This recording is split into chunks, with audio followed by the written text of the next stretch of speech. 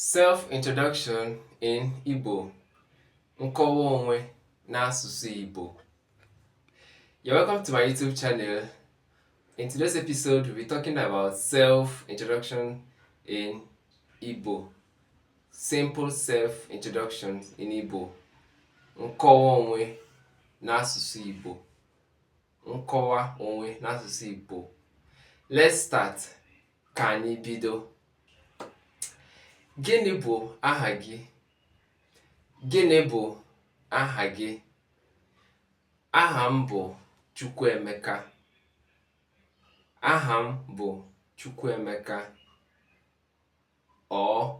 Aha m bụ Adaeze. Aha m bụ Adaeze. Ị bụ onye ebee? Ị bụ onye ebee? Abụ m onye kansụl Ihitoboma nke dị n'Imo steeti. Abụ m onye kansụl Ihitoboma nke dị n'Imo steeti.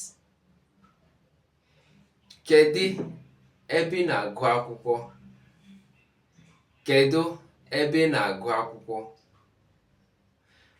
Ana m agụ akwụkwọ na Mahadum Nigeria nke a na-akpọ University of Nigeria. Ana m agụ akwụkwọ na Mahadum nke a na-akpọ University of Nigeria. Kedu ihe ị na-agụ?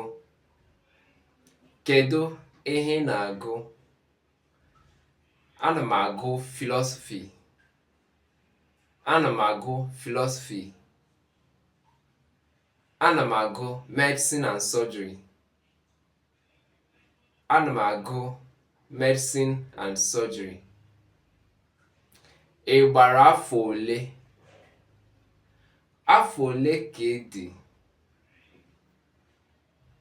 Adị m afọ 26.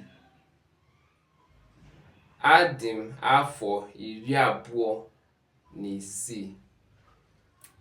These are simple conversations which you can use to introduce yourself in Igbo. Thank you so much for watching this video. Do not forget to subscribe and hit the notification bell icon.